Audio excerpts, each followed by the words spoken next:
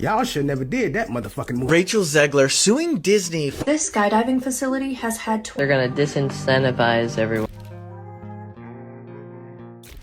So apparently there's about to be 3,400 park rangers and Department of Forestry workers that are going to be let go next week and going to be without a job. And my question is, do you guys want to chat? Are you ready to blow the whistle on what's going on in our national parks? If you also climb the conspiracy tree, you know that national parks, state parks, have been used to conceal certain points of energetic frequency and ancient sites that would contain possible areas of information download, sacred spiritual wisdoms, and also possibly stargates, portals, and dimensions where creatures such as skinwalkers, Bigfoot, all of these extraterrestrial hotspots, these are all focused in our parks. And if these park rangers and these forestry workers are now off payroll, are they willing to talk about what's been going on in our parks? Hit me up in my DMs. Bro, are they really going to talk to us? Or are they going to be like, I signed an NDA and I can't tell you all the things I've seen. But then like many years in the future, they come back with then like a documentary and they're like, these are all the things I've seen and done. And this is what happened. And then we have to believe them. And it's like, why didn't you tell this when you were young? And never mind. Never mind. Worked for Bob Lazar. It can work for all. No, Teddy, they're going to write them off and say they're crazy. Welcome back, goons. You're watching Explore the Weird. Hey, I'm just worried about what they're going to say about the park rangers in many years from the future. What are they going to say? What are they going to say? They're going to say they were silenced and there were a reason that they had to be let go. And there was a reason they had to sign the NDAs and never tell us the things till now. And then they realized the error of the... Sorry. I have some more creepy, weird, strange For You page content. Hey, stay away from all state parks and national forests and all that craziness. Trust me. And if I was going to talk to any park ranger, I feel like I would want the Grand Canyon ones. I just want to see it. They keep telling me there's more pyramids found in the United States than in Egypt. I mean, I'm like, yo, do those pyramids have obelisks underneath them just like the ones in... Sorry. It's too long of an intro. We're going to get right into it.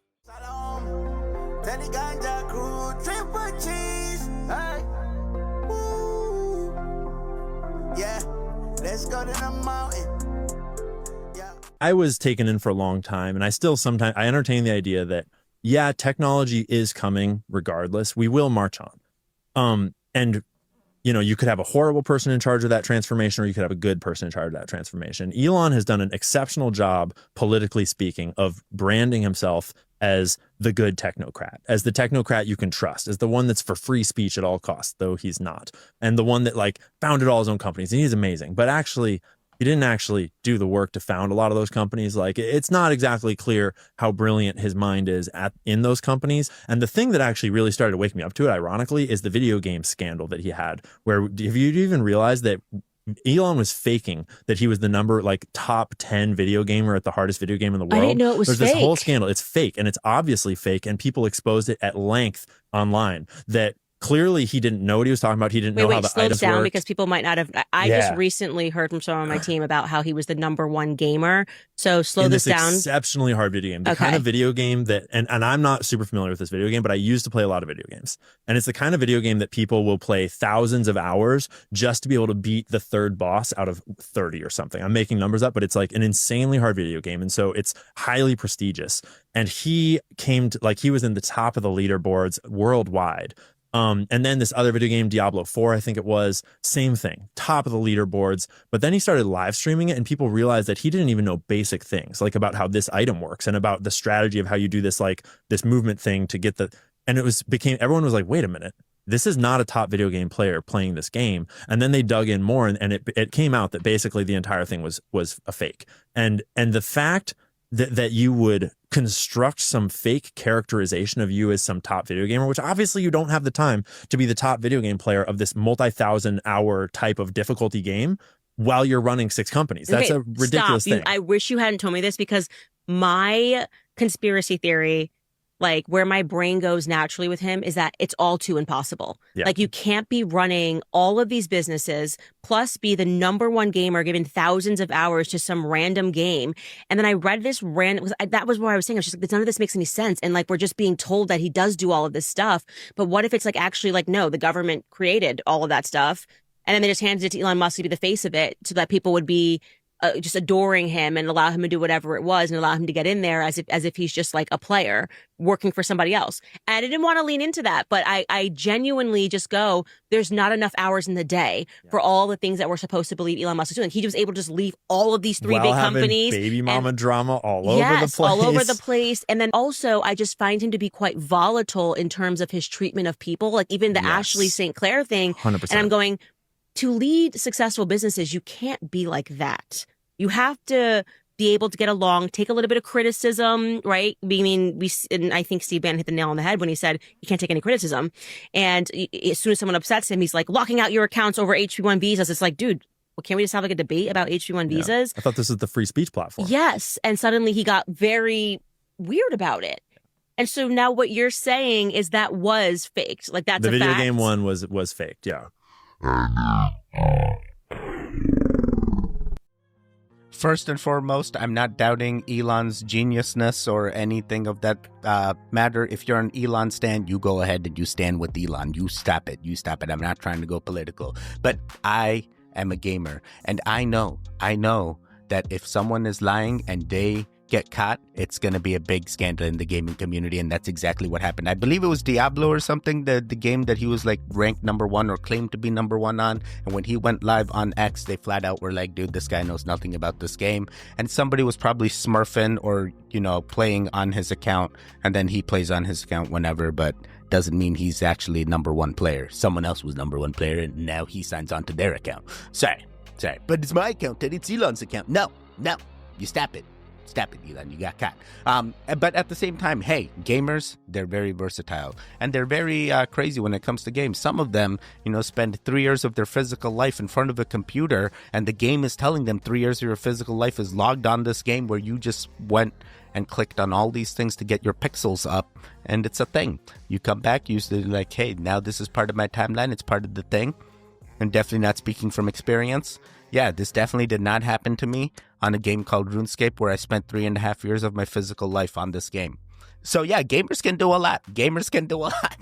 You can literally do all the things. Hey, just time management. That's what I learned about it after all this. And now I'm at like 2 weeks of my real life on the game called Call of Duty. I probably need to simmer down and keep going from one game to another. So let's keep it going. The following video is from a woman with the handle name of Mama Shuda. She was doing an art piece when she captures something that she believes to be a part of the Matrix code. She was coloring on the side of a mirror, and that's when she noticed that inside of it, it looks like computer coding. Take a look at this and tell me what you think. Could it be part of the Matrix coding, or is this some sort of reflection within the mirror? Tell me what you think. Discovered something like kind of freaky. So our eyes are a piece of painting of man. The part of us like they're kind of edges, you know, like I've just been going like, you know, feeling them, and then I caught like our standard here. The novel got to recreate like I caught like our glimpse inside of here, and I'm telling you, it's Matrix code. I'm not. These are my dear. One of my friends to come over here because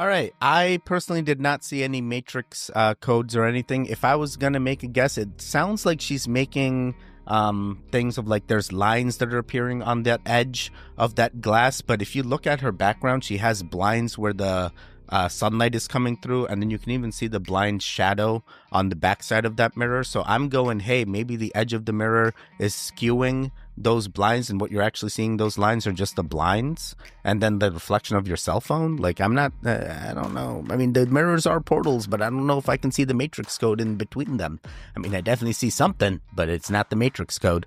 It's just like some green line and you're painting some gold thing over it. So I just saw a reel on narcs and how people describe them as being soulless or selling their soul to the devil. And it reminded me of when I've seen a narc's eyes glaze over and you just intuitively know, oh shit, I'm in danger. And I realized that I'd never really explored this on a neuroscientific level, because once I saw that reel, it suddenly clicked for me that it would make perfect sense that you would see them as soulless because of their inability to match your mirror neurons, which means your mirror neurons are reaching out and trying to bing, bing, bing, back and forth, and they're picking up nothing. So that would cause discomfort, fear, and unease. So a regular person's mirror neurons would try to resonate with the narcissistic's emotions, but they would encounter zero resonance feedback due to the narc's deficient empathy neuron and their disconnected default mode, because their default mode network regulates their self-reflection, empathy, and moral compass. So this mismatch would create an eerie sensation, like looking into empty or soulless eyes. Wait, I've never had this experience of where I've met someone that's a narc, and also, why are you calling them narc? It sounds like narcotics or something. It's narcissist, I know, but like, come on now, just say narcissist, like, you stop it. Wait, what? I've never met, I don't know, is this real? Have you guys experienced this? Is it because you can't read their emotions? I already have trouble reading people's emotions. I look at people, I'm like, this guy's happy, and it's like, nope, that guy wasn't happy, Teddy. He was actually going through a lot, and he's suffering. I'm like, I had no idea. My face reading is very off, so that's probably why I'm just like very positive to many, many situations, and people are like, Teddy, you're supposed to be sad now. I'm like, I can't. I'm just like seeing the positive. There is actually a really good reason why you should say please and thank you to your chatbots. And it's not just so that AI will spare you when the apocalypse comes. Okay, I'm sure you've seen all sorts of posts telling you what prompt to use to get the most out of your language model. I think you can pretty much forget all of that, because there's only really one important thing to remember, which is that the AI that we have now is really, really, really good at role playing. So you shouldn't talk to it like it's a Google search or like you're trying to extract information from it as though it's Wikipedia. Instead, you should talk to it as though it's an improvisational actor that can be any character imaginable. And the reason for this is that large language models, they don't store facts like it's a database, right? They generate responses dynamically based on having read everything that humans have ever written and the prompt that you give it. And that means that AI, the stuff we have now, it doesn't have this stable identity, right? It doesn't have a fixed worldview, it doesn't have personal beliefs.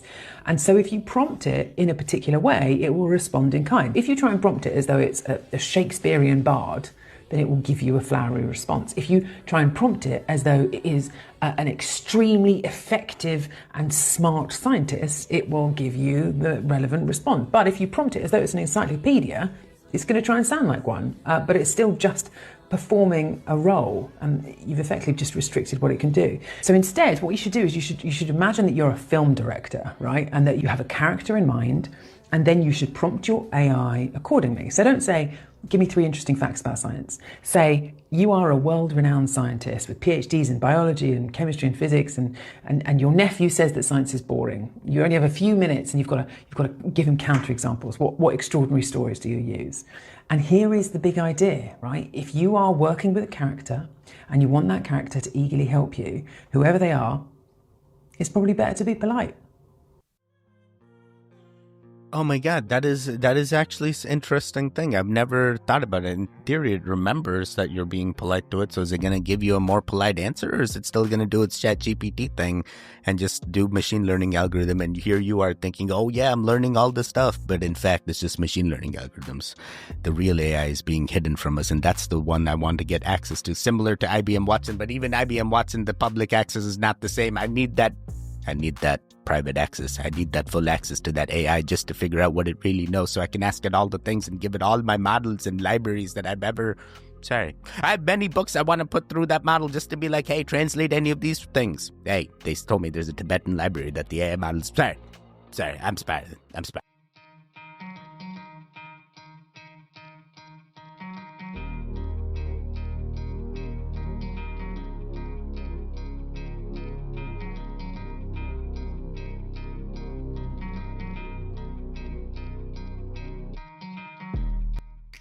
Man, I really hope you get the justice that you deserve. This is crazy that a situation like this can arise. I think I've seen other videos where you've highlighted situations others may be going through, and because of your experience, you're able to pick up on those cues or clues. Interesting. I will look out for this documentary. Maybe it'll open up a lot, and hopefully you get the people behind bars and they don't just become free. I don't know. This is a hard thing. It continues to happen in this world. How do we stop it? What is the solution? That's what I want. Hey, talking about solutions. I need a solution. I need a solution with this YouTube algorithm, and the only way according to AI. Yeah, I asked AI, I was like, hey, pretend you work at YouTube. Tell me the things. And it told me the things. It said, hey, the goons need to interact. And guess what? You're watching the video. You're a goon. You need to interact. Please, help us out. Help us out. Help us grow in this YouTube algorithm. We can only do that with your interactions. The AI told me. Trust me. Trust me. I role-played with it.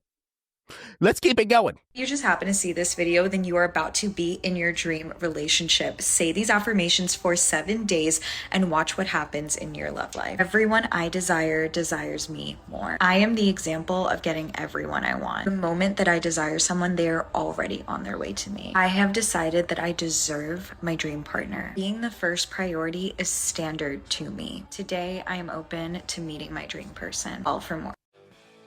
All right. I mean, now people like this girl, so she does give positive affirmations. The major things is a lot of the video content that she puts out, it's the same affirmations over and over again with different outfits she wears, and depending on the outfit, it sounds like the algorithm picks. Sorry. Maybe I need to start changing my outfits. Maybe that's the thing. Maybe I just need to show like more skin or something. I'm sorry. Just turn into something else. We're going to keep it going. The same thing to the Cynthia girl. Y'all should never did that motherfucking movie. I mean, I guess it is wicked, dog. But that's some scary shit. Y'all still want to be in Hollywood? You still want to be famous? You still want to be famous, dog? You want to be in Hollywood? You want a record deal? Huh?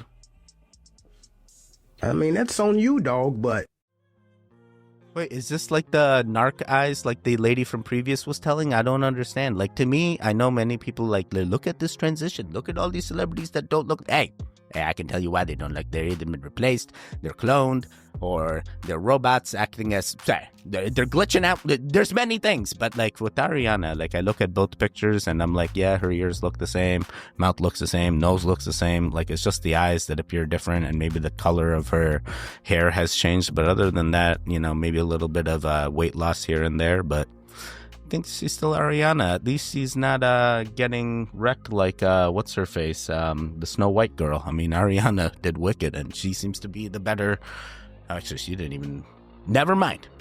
There's no better. Everyone's okay. Everyone's okay. Oh boy, so now you got the Ariana fans mad at you, Teddy, and the Rachel fans mad at you too. I'm sorry. Do you hear Miss Rachel? I'm sorry. ADHD. Miss Rachel had a boy. Yeah. It's like, who's Miss Rachel? You stop it. Once you have kids, you'll know who Miss Rachel is. I'm telling you right now, that friend that always tries to give the other person that wronged you the benefit of the doubt in any disagreement or situation that you bring to them is a hater. Because why are you trying to prove to me why I deserve to be treated a certain type of way? Why is it that every time a situation comes up and I bring it to you, you try to show me how I did wrong, as if there has to be me doing wrong to be treated wrong, as if people don't just treat people wrong on a day-to-day basis for no reason? Why is it that you are always trying to blame me, claim that I am the causation for why I'm having a poor experience? I want to know. And when you really get to the bottom of it, they don't even know the other person. So it's like, why are you defending this person like you know their character? For all you know, they could literally be a serial killer. And then they'll start bringing up reasonings of why they might have problems or why they might have issues. And I'm confused. Like, is this a round table talk for you to express grievances that you've been had animosity against me for? Or is this a conversation for me to tell you how this other person was moving weird? Because now I'm starting to see that you are trying to validate their actions through your own problems that you have with me that you never even brought to me. And I'm telling you this right now, every single time that they are over here trying to take somebody else's defense that they don't even know, that's not your friend. That's not. Because all I know is when somebody hurts my friend, I'm ready to ride. It's like you hurt me. And somebody don't got that energy around me, I'm so sorry, I can't deal with you. And I'm not talking about no petty problems, because I don't put my friends in my issues. But if somebody does something outlandishly wrong to me, and your first instance is to defend them or provide context for why they did what they did to me, I'm done with you. Oh my God, I'm one of those devil advocate friends, but let me explain from my side. Hey, you stop it. Sometimes you have people approach you and they're like, oh, Teddy, I have this great idea. And as much as I want to be the yes man and go, ride or die for my friends, sometimes you got to be realistic because you may have experiences or read certain things and want to give them the knowledge that you have. It doesn't necessarily mean, hey, I'm putting down every single situation you throw at me and this is what, and if I start revolving it around me and like involving myself in the situation, I'm like, well, if I was in your shoes, like this is what I would do. Like, I'm just telling you, this is how I feel, but I can understand if you're doing these types of things and the guy is always putting you down, it can get crazy, but sometimes those people don't even realize they're doing it and it's just realistic. They're not being pessimistic, they're being realistic. This is a real outcome, such as, hey, Teddy, I'm thinking about investing 10K into this like startup that just started, but if everything goes right, you know, the go-to market strategy says they'll make 1.2 million in like 6 years. You think I should put the 10K in? And I'm like, bro, realistically 90% of startups all fail, but like, hey, if you want to do your thing, you can do the thing, but here's the fact, you know, but no, I'm the dead Sorry, this turned into something else, so hopefully this helps somebody. Because there were a lot of books. So what was the process that we got the Bible out of? The first regional council where we see the complete list of all of the scriptures happened in the year 382, and it happened in Rome under Pope Damasus. If you look up the Damascene Decree or the Galatian Decree, because it was preserved by Pope Gelasius, you can actually read where Pope St. Damasus in the year 382 at the Council of Rome, the regional council, the local synod of Rome, where he gives the entire list of all of the books, and he says, these are the books that are to be accepted. Anything that's not in this list should be rejected, and it's the 73 books that appears in the Catholic Bible today. What does the word Pope mean? So the word Pope is just a transliteration of the Italian word for father. I was talking to a very beautiful evangelical friend. They were very caught up on the call no one father. On its face, for her, it was like offensive that we have priests that we call fathers. Right. What's your 60-second response to that? Wait, can he do other religions' books too? I just want to learn what he believes all the... Sorry. Hey, it's your religion. You believe whatever you want. I just want to see his view. Sorry. I'm a neutral party. I'm looking for all sides. You stop it. Teddy, here you go pushing that agenda again. You stop it. I literally wasn't. I literally just reacting. I just want to know, like, imagine he like tells me like, oh yeah, the Mahabharata, like we can actually trace down and it... Sorry. Mahabharata is something else. It's not. Never mind. Someone's going to find this. There are rumors of Rachel Zegler suing Disney for $200 million over brand damage. Now, so far, these are rumors because there hasn't been any court documents, but the word is that lawyers from Disney had an emergency meeting. The posts are claiming that she's demanding this money because of the defamation of her character. Snow White is the #1 movie in the world. If anybody should be suing, it should be Disney because they lost a ton of money. And anywhere that Disney tries to promote their movie, it gets minimal likes, comments, and views, even though they're paying for these promotions. And as you guys already know, it has one of the worst ratings of any Disney movie of all time. It's actually lower than this. The movie itself may have been bad, but I feel like people still would have went and seen it had Rachel Zegler not have voiced her opinions. And same thing with Gal Gadot. And people are speculating that she was going to get a lot of money on the back end of this movie. Didn't because it was such a major flop. If you don't know, they lost $183 million on this movie. The consensus of these posts of her asking for $200 million is that it's young person entitlement. What do you guys think about this? Yeah, 100%. I think she ruined her own character. I don't think it was Disney that ruined it. You did the interviews, you said the things you wanted to say, and that caused public perception to change. So, hey, the perception didn't change on the original Snow White. The perception changed on the character that you're portraying and bringing forward and such. Sorry. She made changes to the original. Sorry. Hey, I'm done with Rachel. I'm tired of with getting these Snow White distractions. Hey, all right. Who's next? I'm sorry, not who's next. I mean, what's next? What's next? Oh, Teddy, it's also who's next. You know they're going to find someone else to distract as well. Oh, my God. I feel like it's going to be Justin all over. Guys, I have seen this video circulating the internet. But what's actually happening here? Not only is RFK barefoot, but he's cooking a turkey in tallow fat, and everyone's trying to go after him. Just watch this. This is how we cook the Maha way. This is beef tallow fat. Yeah. See? You can see my fingerprints there. And we cooked it up here. This is the dangerous part. Put it in there very slowly. All right, this is 40 minutes later.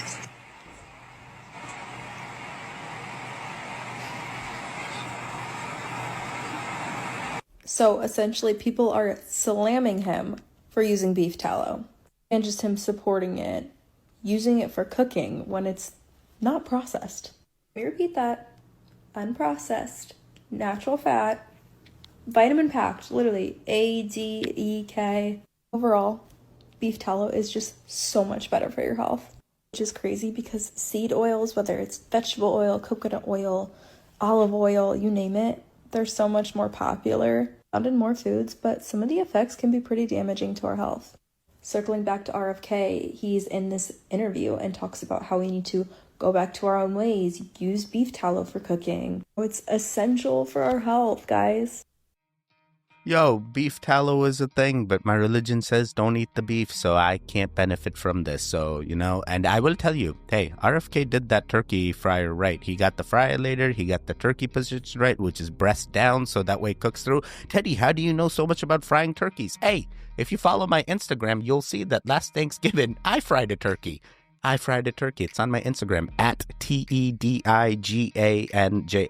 Yeah, come follow me. I do more personal stuff on Instagram more than YouTube, I guess. But regardless, I liked everything here. I actually fried mine in pork lard.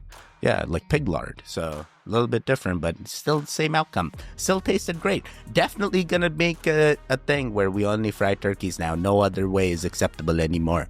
Only fried turkeys. Why did it take you so long to buy your first supercar and then you went on and bought a lot? I went a long time scared of what other people were going to think about me. And then I got the car. And guess what I realized? It had nothing to do with me and had everything to do with them. Was I the same guy the day before I got the car than the day after I got the car? Yes. Did people treat me differently? Yes. So is the problem with me or them? Them. If you truly know who you are in your heart, you can do what you want, and other people reacting to that is their story, their narrative. It has nothing to do with you. I wish I could say the same. Am I the same guy that started the first video on this channel and now this Teddy is the same guy? I mean, I am the same guy, but I've evolved. I'm like, I know so much more things. I spiral way more. I feel like the first video of the first Teddy never spiraled. He didn't even know all the things that were going to transpire. He was slow and long form and he didn't really... Sorry. But I know future Teddy. Man, imagine future Teddy. He's, regardless of how many years it took him to get that Lambo, maybe he didn't stop at one Lambo. Maybe he has an entire fleet. Maybe he has a new thing. Maybe he's not only into Lambos and he finds other cars. Maybe he's got a Rolls Royce. Maybe he's got a Bentley. Why is it all got to be expensive cars, Teddy? Why can't he just be a nice, modest Warren Buffett guy just driving his Honda? Sorry. I can be whatever you want me to be. It's your timeline. You are the only thing that's keeping me afloat and letting me render into this. Sorry, so keep watching. Sorry. People are paying to go to prison just to get a break from their stressful life. They're called prison hotels, and it's a growing trend in South Korea. They get locked into a 54 square foot cell and live just like a prisoner in solitary confinement, forcing you to connect with yourself. No phones or technology allowed. All you have is a mat, small desk, toilet, a tea set, and you're served food through a slot in your door. Conversations are restricted, and the only activities you can do are meditation or journaling. Would you give it a try? Bro, how much are they paying for this? No, you stop it. You come over to my basement, I build you one of these, and you pay me now. Sorry. Why is there so many sorries? I just feel like I'm being crazy. I'm off the rails.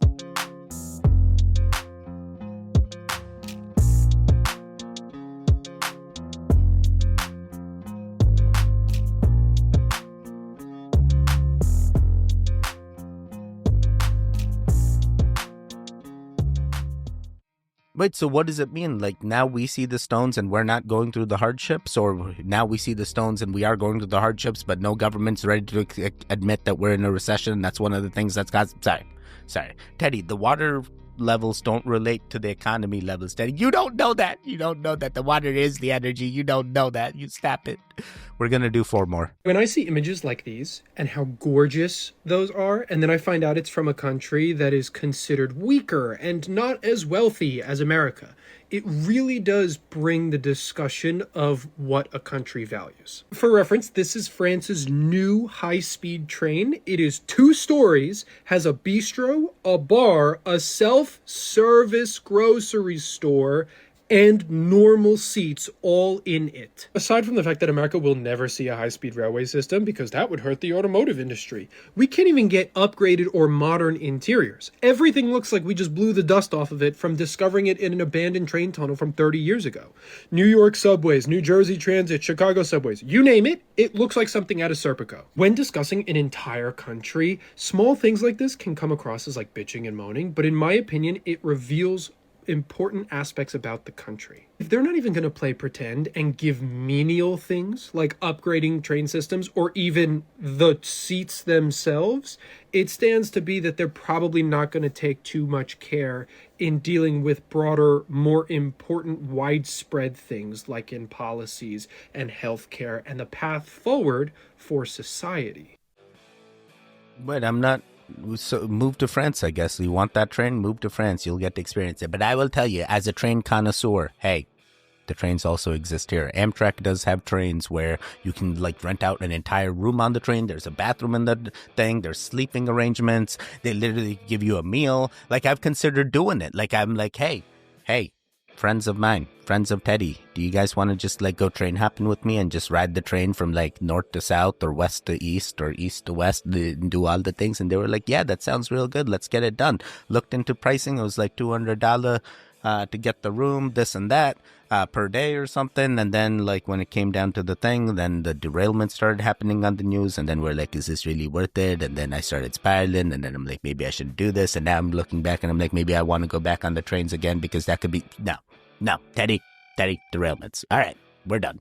This skydiving facility has had 28 deaths, but it is still somehow open and operating. Since its inception in 1985, the Skydive Lodi Parachute Center in California has seen 28 deaths, and now the instructor has been jailed for fraud. One of those deaths was that of a 28-year-old Colombian tourist named Maria Vallejo back in 2019. Maria got blown too far from the landing zone and landed on the windshield of a passing semi-truck. Another incident happened back in 2016 when 18-year-old Tyler Turner went to the Skydive Center to do a tandem jump for the first time. His mom would actually tag along to watch Tyler complete this tandem jump and would even pay extra money to have a videographer follow them on their way down. Tyler's instructor was a 25-year-old man named Young Kwan. When the pair jumped, Kwan's primary and secondary parachutes got tangled and wouldn't open. Both Kwan and Turner hit the ground with a fatal impact. Their bodies were found by deputies in a vineyard just south of the center's landing zone. Tyler's mother had to find out right then and there that her son had just fallen thousands of feet to his death. But Kwan's family didn't find out about the incident until they saw it posted on Facebook. It was later revealed that Kwan wasn't even certified. Kwan's instructor was a man named Robert Pooley, and Robert Pooley had his license suspended back in 2016, meaning that he shouldn't have even been able to give skydiving lessons. But he did, even going as far as using the digital image of a signature from another certified colleague to deceive his clients. 9 out of the 28 deaths have occurred just since 2016 when Pooley's license was suspended. But after that suspension, he continued to give lessons to more than 100 new instructors while using this fraudulent signature,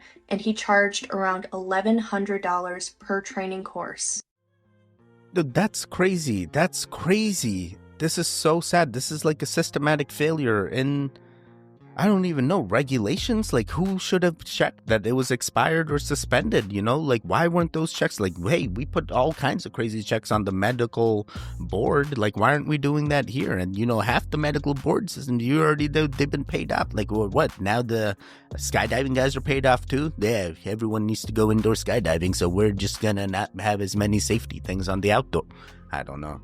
This feels like a conspiracy upon itself. I don't like any of this. This is horrible. Hey, stay home, stay safe. Don't go outside. Don't go up in the sky.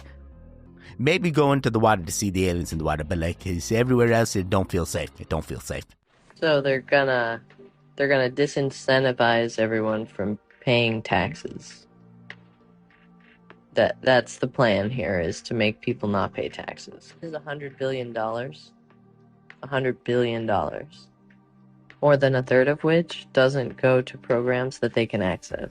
So, like, they're not even allowed to use the services they're paying for. California, it's $8.5 billion a year. Somehow, people are not filing taxes. There's been a there's been a drop in the filing of taxes for some reason, some unknowable reason, some sort of overarching driving force. I don't know. While that may be the plan, one of the things you need to pay attention to is every single place that you give your information to at one time or one place will end up giving your information to the people that ask for it with warrants. Every single location, whether that's CVS, the IRS, Cash App, they will all end up giving the intelligence they have to the IRS or to people with subpoena power. Armed with this information, you're going to be much more vigilant with who you give your information to. Does that make sense? You have a great, fantastic, blessed, and abundant day. Oh, yeah. Yeah, this guy's pretty accurate. Hey, if they have a warrant, most likely they will give you the information. Unless they're like, hey, all of our data is encrypted and even our own company can't even read the data. And now we got the whole conundrum of the iPhone again. We're like, hey, do we pay the third-party vendor to actually unencrypt this thing because Apple won't do it for us? Or do we... Yeah, they found all the data anyway. So yeah, this guy's probably right. Now, my real question is, I'm near tax season or just about to end the tax date cutoff. Are you guys paying your taxes? It really seems like there's no point. I mean, he's already fired half the freaking staff there. I mean, he's already making statements like, hey, this is not really... I'm like, bro, is this even worth it at this point? I mean, are they really going to come after me if I... Oh my God, you know I'm paying taxes. I give a rule follower. I can't do the things. I'm like, you got to build a positive karma. Maybe it starts with the taxes. Oh, Teddy, they got you. They got you, Teddy. I know. We're going to do one more. This is how delusional employers in America are right now. My husband put in his 2 weeks notice because he got a new job. His new job is paying him 25% more. They're buying him his own tools and they are putting him in an apprenticeship. So he put in his 2 weeks notice at his old job and told them all of this. They tried to get him to stay, not by offering him more money, tools, an apprenticeship, anything. They tried to get him to stay by telling them they could give him more hours at the same pay. They thought they were countering by saying, we'll just work you more. I mean, firstly, I absolutely love this woman. She's absolutely hilarious. But secondly, it is interesting how much people don't value their employees until they want to leave. Because a 25% pay rise is enormous, right? So immediately I'm thinking, firstly, congrats to him. But secondly, he's clearly being underpaid at his current job. And yet it's weird how companies always have this kind of approach of, ethereal, like loyalty will always trump like hard cash and benefits. Like he's been actively given a huge increase. 25% is massive, alongside all these extra perks and benefits and all that sort of thing. And they thought he would go for their counteroffer, which was not matching the money, not giving the freedom, just giving him more hours at the same pay. Like the logic of that it's just frankly quite insulting to this guy. But also it does kind of show she's right. A lot of people do that counteroffer way below what they're actually already been offered, think and be really surprised when they don't take it. So yeah, I fully agree. Man, this is crazy. Remember I was telling you about the devil advocate that I sometimes have to play? Well, I have a friend that's similar in like the situation where he's been at the same company for like a decade, and his increase over time, is like that 2% year over year. Maybe he's up 20% from where he was. But I have other friends that are in the same field, started at the same job where they've left that employer. He stayed for 10 years, continues to work there. And other friends moved, they took that 25% increase, 30% increase, sign-on bonus, whatever it may be, and kept hopping. They're at a much higher salary. Now the question is, who's happier? Is it the person that hopped and has a higher income, or is it my friend that has stayed at the same job earning less, like barely at the same level as the guys that have hopped? Hey, just because the company's like, hey, you've been loyal to us, they're giving him better projects, is he truly more happy? Or is it the people that are making more that potentially are doing the same exact thing as he is in his 10-year job because they replaced someone else that was doing it for 10 years with this new guy, whatever it may be? Who's happier? This is why I say the things I say, and then people get upset. They're like, Teddy, you're supposed to tell him to stay.